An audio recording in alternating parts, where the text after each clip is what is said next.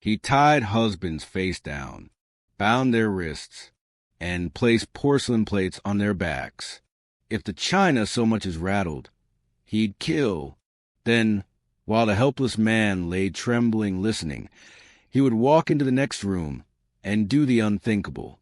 He vanished before dawn, leaving behind shattered lives and no trace. No fingerprints. No name. Just terror. California wasn't just afraid. It was being hunted, night after night.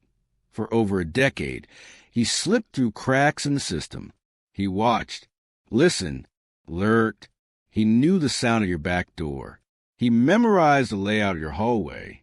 He whispered your name in the dark, long before you ever heard his.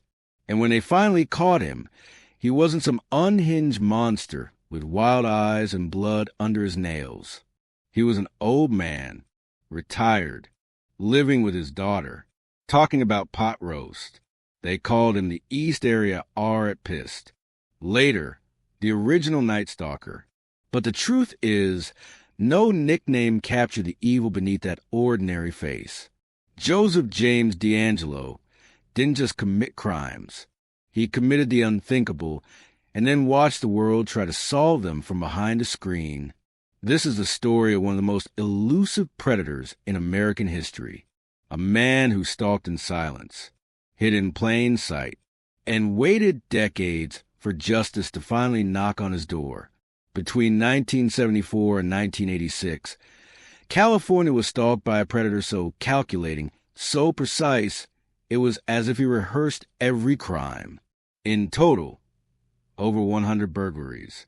At least 50 confirmed are at PS. 12 people murdered in cold blood, all by the same man, all committed while the world watched, unaware they were being studied. He crept into quiet homes, often when no one was home, to prepare. He memorized floor plans, unlocked windows ahead of time, emptied bullets from guns kept in bedside drawers. He knew where you kept your phone, your jewelry, even the dog treats. Victims would later realize he'd broken in before, sometimes weeks before, maybe months.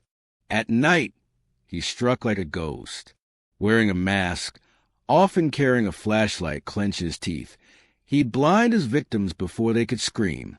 Husbands tied up, wives assaulted, children locked in closets. Time and again, he vanished before police could get there. No fingerprints, no DNA, not even a name. But the details didn't stop after the attacks. He called victims months, sometimes years later, whispering threats, breathing heavily. One woman reported getting a call in the late 80s and hearing children in the background. That small sound changed everything. The FBI had been looking for a deranged loner. But what if he was a father? What if he was still out there, raising a family? The case grew colder. In the late 1980s, the attacks mysteriously stopped. Some believed he had died. Others feared he had simply moved on. But one truth haunted everyone who had chased him. He had never been caught. Until April 2018.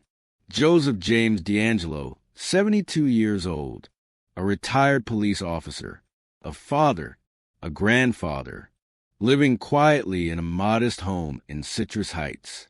When officers closed in, he didn't panic. He simply said he had to step inside. "I've got a pot roast in the oven." They didn't buy it, and there was no roast.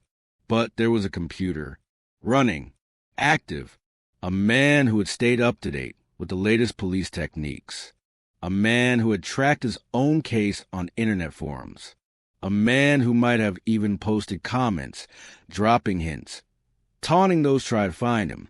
For 44 years, he had lived in the shadows, not in hiding, but in plain sight. This isn't just the story of a killer. It's the story of obsession, his and ours. How a man could split his life in two, family man by day, sadist by night. It's about how he hunted, how he evaded, and how DNA, decades later, finally gave him a name. This is why the story matters. because it proves that monsters aren't born from nightmares. Sometimes they live next door. It started in a quiet Sacramento suburb. 1976. A young couple freshly moved into a modest home on a quiet street. They were the embodiment of normal, the kind of people who waved at neighbors, watered the lawn, and never locked the back gate. That night, their evening ended with the sound of footsteps inside the house, then a flashlight beam cutting through the dark. The masked man didn't yell. He whispered, calm, controlled. He ordered the husband to the floor, then tied his wrists and ankles with shoelaces pulled from the couple's own closet. Then the chilling move, plates stacked and shaking, were placed on the husband's back. If I hear these crash, the attacker said, she dies, and then you die. Then he led the wife into another room. The attack was methodical, emotionless. He moved like someone who had done it before. He knew exactly how long he had, when to stop, when to go. The husband couldn't move. Every breath, every muscle twitch risked a sound. All he could do was listen. When it was over, the man slipped away into the night. The house was silent. The plates were still intact, but the trauma, permanent. Police arrived to a scene that defied logic. The attacker had used items from within the home. There was no forced entry, no fingerprints. The woman described a man in a ski mask, about average height, lean build, no identifiable accent. And then the twist. This wasn't the first time someone nearby had experienced a break-in. In the days leading up to the attack, neighbors had reported prowlers, strange phone calls, footsteps outside their windows. The police didn't yet know it, but this was just the beginning. The attacker would hit again, and again, and again, each time more violent, more organized, and each time he vanished without a trace. The community was paralyzed with fear. Hardware stores sold out of locks. Dog adoption surged. Families slept in shifts. And the masked man watched. He knew they were scared, and that made him stronger. This was the origin of the East Area Rapist. The attacks became more frequent, each one more violent than the last. Police were baffled.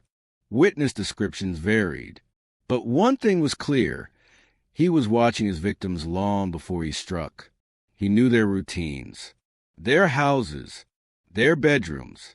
By the late 1970s, fear had taken hold of the Sacramento suburbs. The man who started as a prowler had now transformed into a sadistic predator. He wasn't just breaking into homes anymore. He was dismantling the sense of safety that families thought they had. Women and couples were attacked in rapid succession. He always struck at night, often after midnight, often after silently casing the house for days. Neighbors would later say they noticed strange things.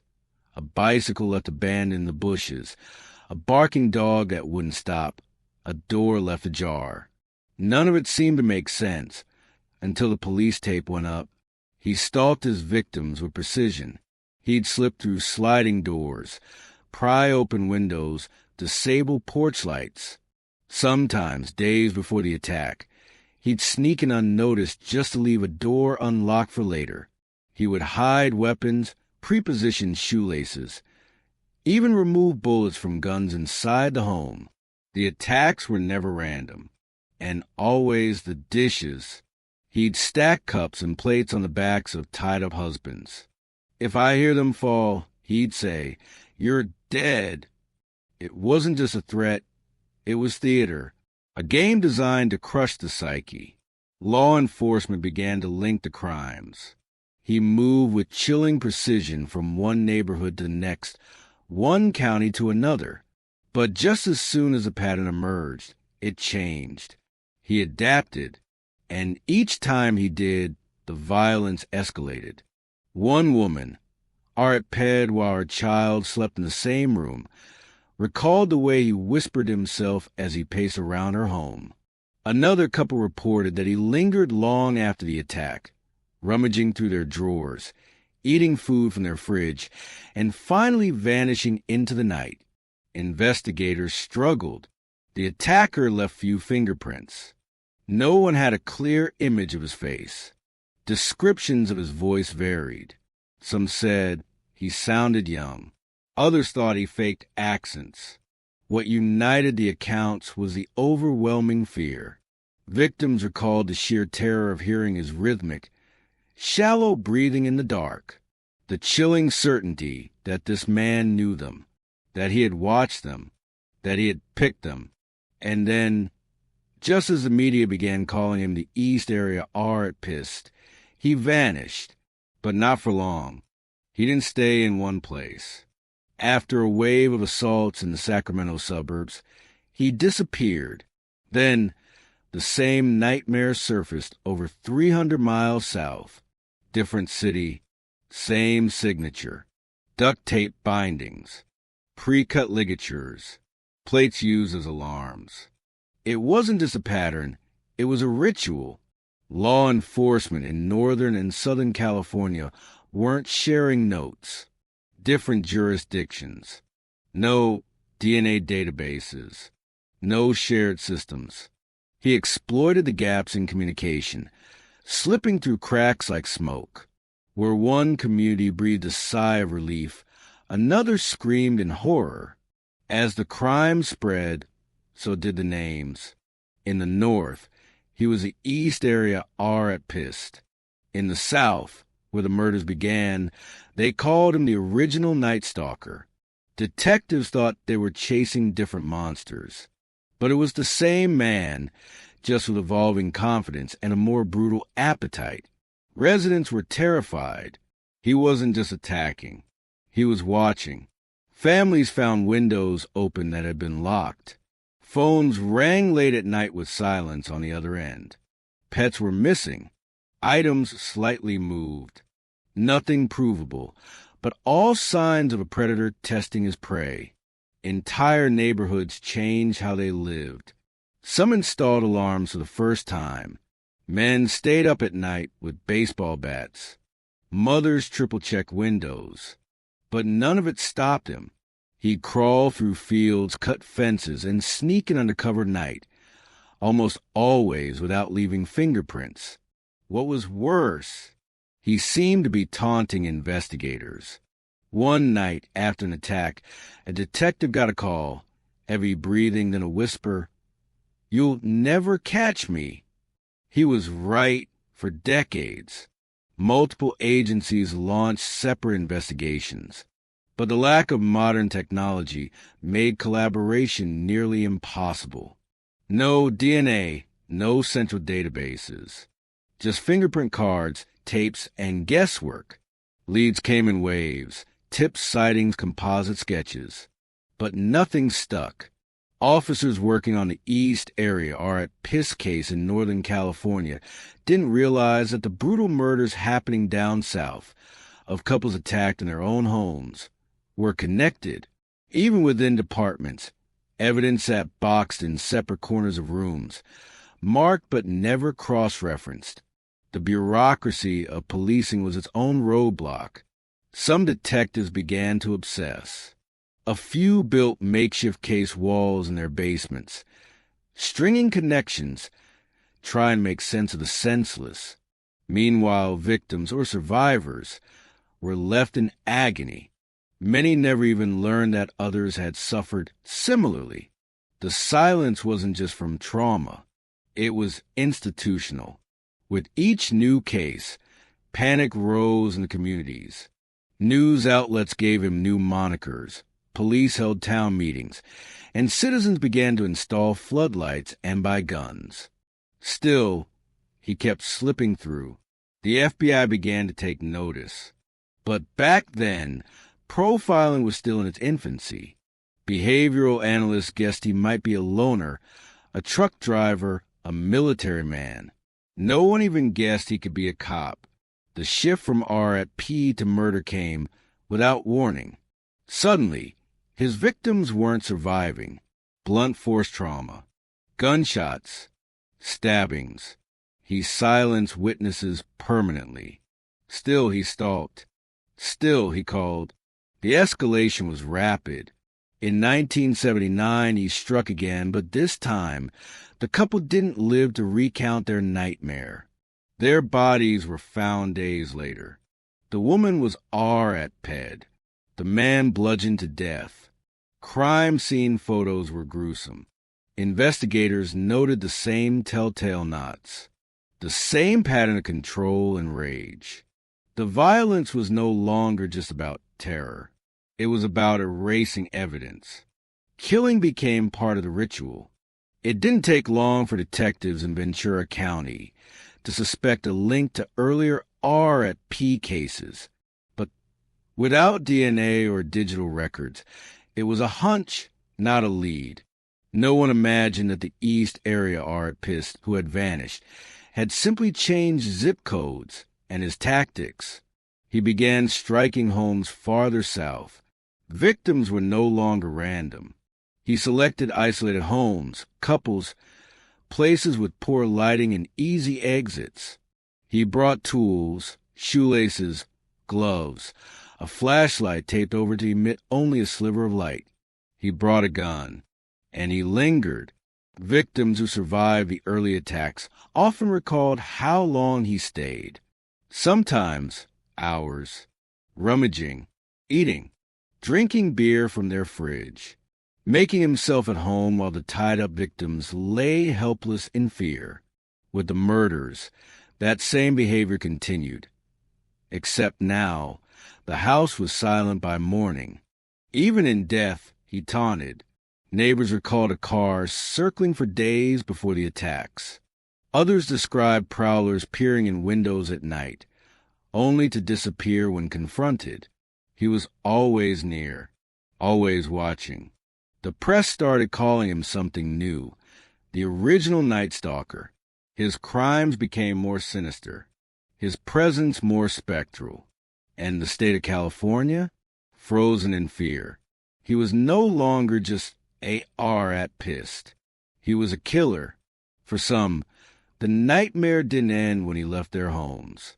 It only shifted, became quieter, more insidious. Long after the physical trauma had passed, the psychological torture began. Victims would pick up the phone months, even years, after their attacks and hear breathing. No words at first, just a low, guttural rasp, then whispers, obscene threats, or sometimes just a chilling silence that stretched for minutes. He was still watching them. One woman said she moved states, changed her number, tried to rebuild her life, only to receive a call late one night. The voice on the other end said her name, slowly, deliberately, as if savoring it. Then he hung up. He'd stalked them, not just before the attacks, but after. Law enforcement eventually learned that many victims reported break-ins or suspicious activity before they were assaulted. But what disturbed them more was how often they also reported it after. Footsteps outside the window. Objects moved around the house. Locked doors found mysteriously open. The call that changed everything came in the early 90s. A woman, a survivor, answered the phone and heard something different. The faint sound of children playing in the background. Laughter, a television, domestic noise. That moment was pivotal. It shattered a long-held belief that the man behind the mask was some loner, a deranged recluse. Instead, this new clue pointed to something more horrifying. He might have a family, a house, a job, maybe even a reputation. Whoever he was, he wasn't just hiding. He was blending in.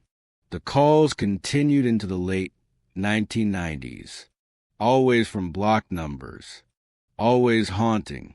The voice never changed. Sometimes he said, "I'll be watching." Sometimes he just repeated their names. Victims began to live in constant fear, not just of the man himself, but of their memories, of the past reaching into their present. He had invaded their homes. Now, He was renting space in their minds. One survivor once said, "He stole more than a night from me. He stole my sense of safety. He never gave it back." Years passed, and even as technology progressed, the man known as the East Area Rapist and later the original Night Stalker remained a phantom. But now, investigators had a clue that went far beyond DNA. They knew this man had a life, a cover, a disguise, and perhaps a family who didn't even know. The attack stopped. Cold. No warning. No explanation. Just silence. Law enforcement scrambled. Had he moved? Was he dead? Or worse, had he stopped because he no longer needed to kill to feel the thrill? Investigators were left paralyzed. Years of fear, trauma, and unanswered questions, but no new leads, no fresh evidence.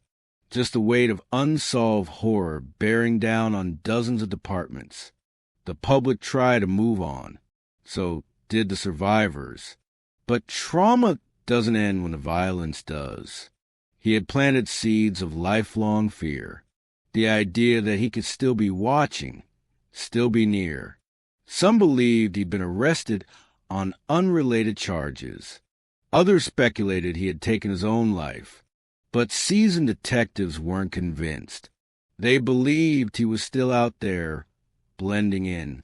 Time passed. Generations shifted. The world changed. The internet was born. DNA technology evolved. But the victims never forgot. And neither did a new generation of investigators who refused to let the case die. One detective described the case like chasing a ghost who'd learned to vanish. But somewhere in the void, they believed, was a trail, however faint. And they were right. For decades, his name wasn't known, but his shadow lingered, lurking behind cold case files, unsolved evidence, and terrified memories.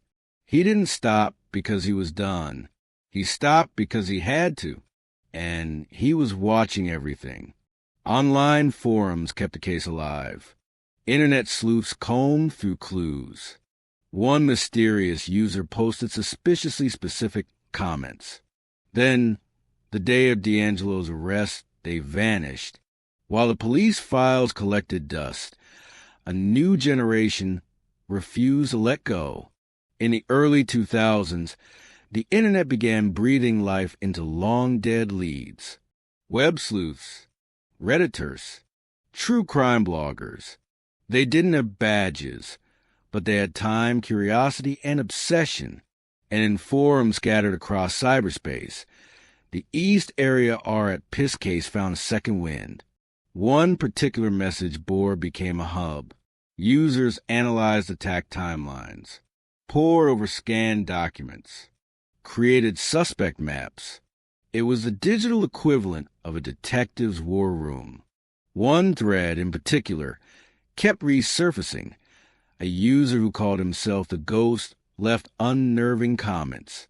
Specific, eerie, almost too accurate. Some dismissed him as a troll. Others swore he knew things only the killer or law enforcement could have known.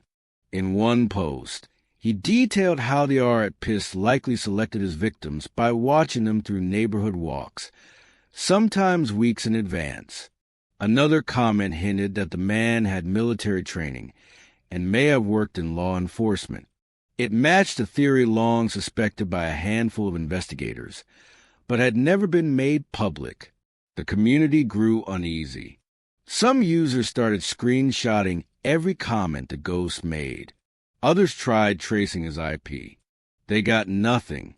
Then, on April 24th, 2018, the day Joseph James DeAngelo was arrested, the ghost account went dark. No goodbye. No deletion notice. Just vanished. His last post, only days before the arrest, read, "The past always catches up." Was it DeAngelo himself?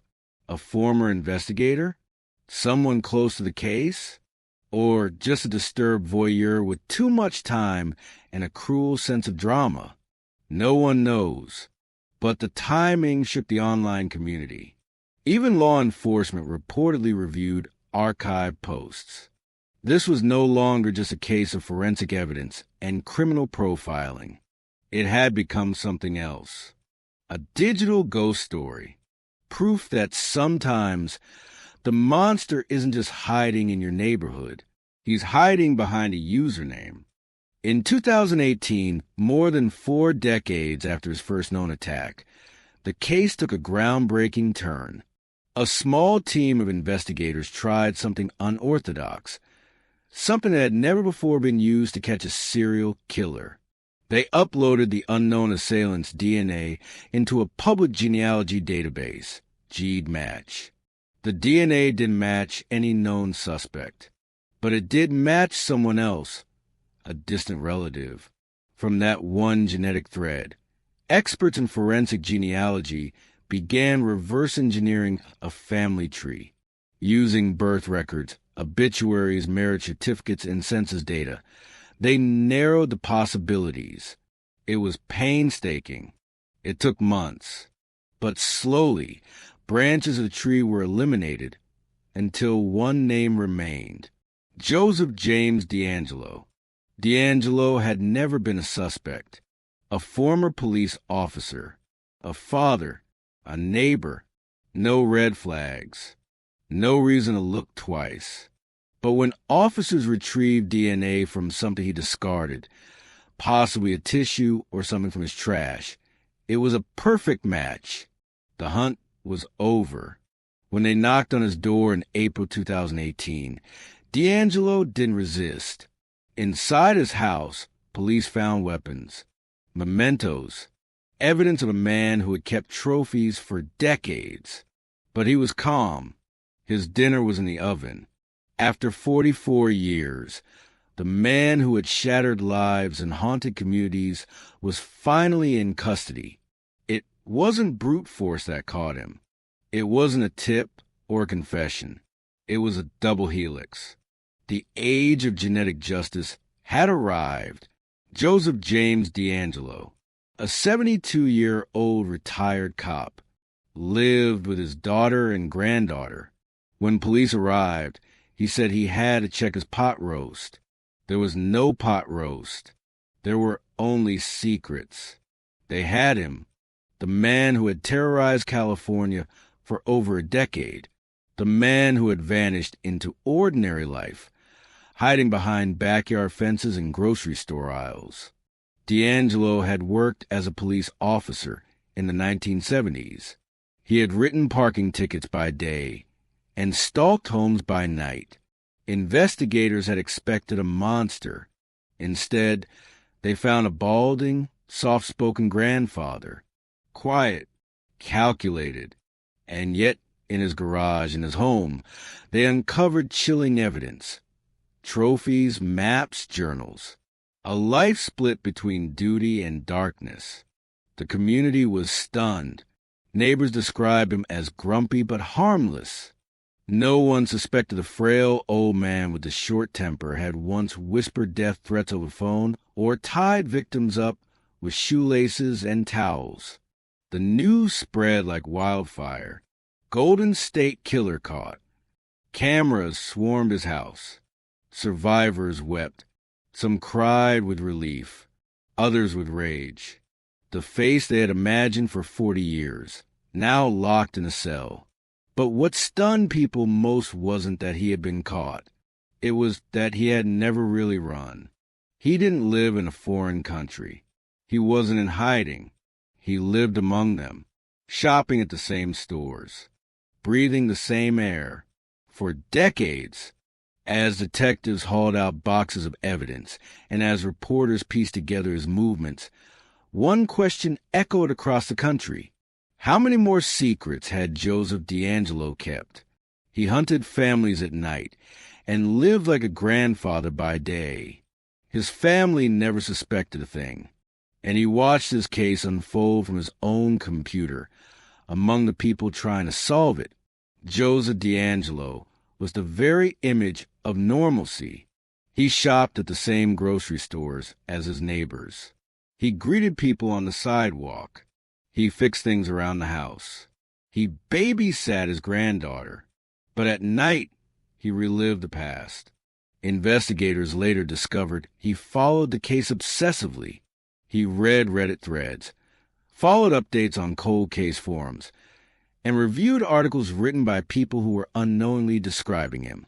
And as genetic genealogy brought detectives closer, he watched the digital noose tighten. He knew behind that weathered face was a man still simmering with rage. Old neighbors recalled strange outbursts, screaming fits over parking disputes.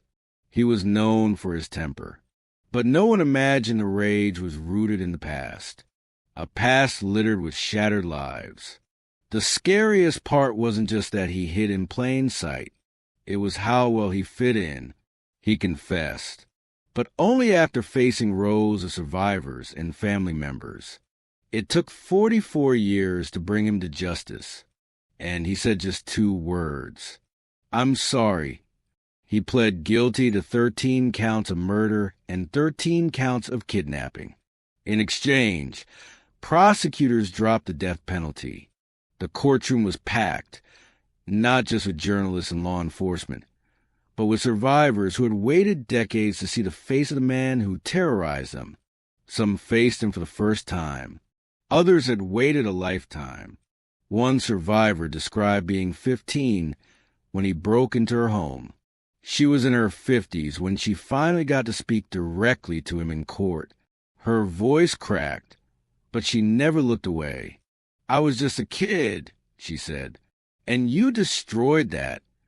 Joseph James DeAngelo sat mostly silent, in a wheelchair, frail, weak, a sharp contrast to the man who had once vaulted fences, stalked homes, and bound victims with shoelaces. But appearances deceived, because inside, the cruelty was still there. Some call him a coward, someone who only confessed to avoid execution.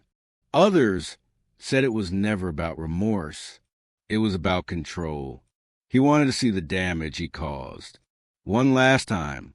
For 3 days, victim impact statements flooded the courtroom. A daughter holding her father's photo. A woman shaking as she remembered the whisper in her ear.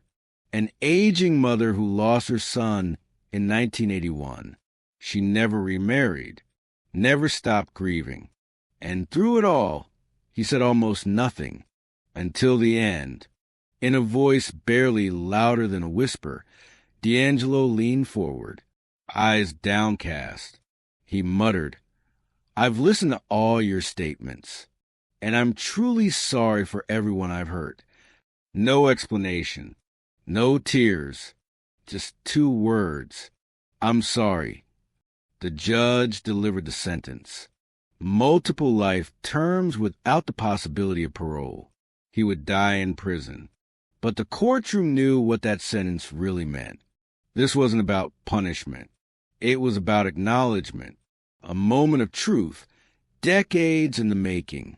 Because for every life he tried to erase, every family he shattered, every night he left someone afraid to close their eyes, there was finally a reckoning.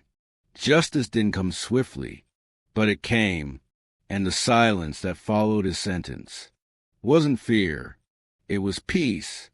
He was a monster who blended in, a man who haunted homes, then tucked in his grandchildren, and if not for DNA and dog detectives, he might have died a free man. Joseph James DeAngelo was just one man. But the shadow he cast stretched across decades, cities, families, and generations. He left behind more than a trail of crime scenes. He left behind a legacy of fear, of trauma, and of obsession. In the late 70s, a whole region couldn't sleep. Men placed bats by the bed. Families rigged windows with makeshift alarms. Dogs were trained to bark at the slightest sound. For years, survivors were told they were imagining things, that maybe they had exaggerated it. But they knew better. They had seen his face. Or worse, heard his voice. Even after the attack stopped, the fear didn't. It mutated. Theories grew. Books were written. Message boards flourished. The East Area Rapist became a ghost story. The original Night Stalker, a dark legend. And when they were revealed to be the same man, when the name Golden State Killer was coined, the myth only grew. But behind the myth, there were people. Women who never married. Children who grew up with broken parents. Communities forever marked. One survivor became an advocate, turning her pain into purpose. Another became a therapist, specializing in trauma recovery. Many stayed silent, unable to revisit the darkness. Then came the fascination. True crime podcasts dissected his every move. Best-selling books placed him back on shelves. TV specials and documentaries revisited the terror. His story became a lens through which America examined its own blind spots, its policing failures, its treatment of victims, its obsession with evil. What made him so terrifying wasn't just the brutality. It was how normal he looked, how easily he passed unnoticed. A police officer, a neighbor, a family man, a man who held barbecues and helped with groceries, and then broke into homes with a ski mask and a knife. The Golden State Killer wasn't a phantom in the woods. He was the man next door. In classrooms, his case is now taught as a landmark moment in forensic history. The first major case solved through genetic genealogy, a revolution that rewrote what cold case really meant. But his true legacy, his true impact, is far more human. It's the survivor who testifies 40 years later, the detective who never stopped chasing shadows, the generation of women who took back their power by speaking his name aloud, the stranger who watched the news and whispered, "I remember." Joseph James DeAngelo will die behind bars. But the story doesn't end there, because long after monsters vanish, their echoes remain. And for every person he tried to silence, there are hundreds more now telling the world what he did. This isn't just the story of one killer. It's the story of endurance, of justice delayed but not denied, and of the people who refuse to forget. What chills you the most about this case? Was it the deception, the brutality, or the fact that he may have watched us talk about him all along? This case wasn't just solved, it was unmasked. And behind that mask, not a monster from a horror movie, not a shadow in the night, but a man with a badge, a job, a family, a pot roast lie. He was a contradiction, calculated but impulsive, violent but invisible, and his existence forces us to question, how well do we really know the people around us? Every hallway he crept down, every victim he left behind, every night he sat in silence while the world tried to name him. He was listening. Maybe he watched the early news segments. Maybe he read Michelle McNamara's book before the world did. Maybe he saw her comment on that unsolved thread, laughed, and walked away from his screen. That's the scariest part, isn't it? This isn't just a story of one predator. It's the story of proximity, of how evil can live next door, share a smile, hold a child, or fix your mailbox. And while justice came decades too late, it still came because someone never gave up, because science advanced, because survivors spoke, because stories like this are told. And that's where you come in. These aren't just stories. They're warnings, lessons, echoes from those who endured. And when you listen, really listen, you keep those voices alive. So now we ask you, what detail kept you up tonight? Was it the eerie phone calls? The forensic breakthrough? The double life behind the friendly wave, or the feeling that even now there are others like him waiting in the dark? Drop your thoughts in the comments. Let's talk about what justice means, what survival means, what it takes to face a name when it's finally spoken. And if this case shook you, subscribe for more stories that don't just entertain, but uncover.